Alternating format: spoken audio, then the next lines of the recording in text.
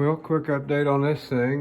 This injector pump is junk. I had it all back together and I got it running and it's bad. It's just all bad. When I got it, it was full of water and all rusted up, and I tried to clean everything the best I could. You see right now it's stuck in the full fuel position, and you can, can't see. It's stuck in the full fuel position on that barrel valve right there. You have to force it forward and it still don't want to, it's still stuck in full fuel position.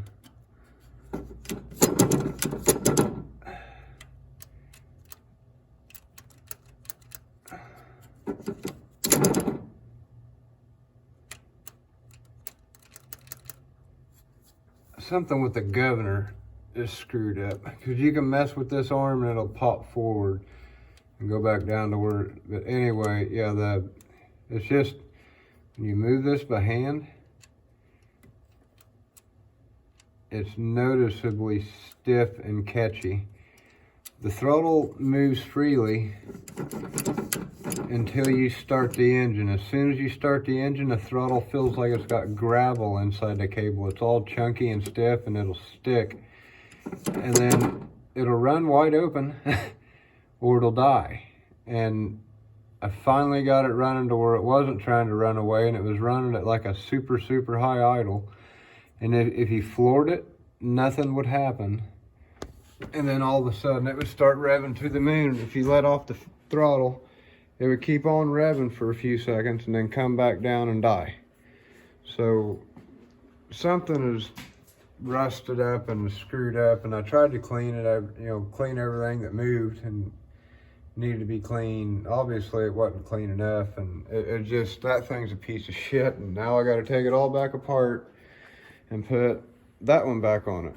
So I'm going to take this one apart and clean it the same as I did that one, because this one ain't all rusty on the inside. That one was actually mostly seized up. There was one cylinder or one something that got seized up.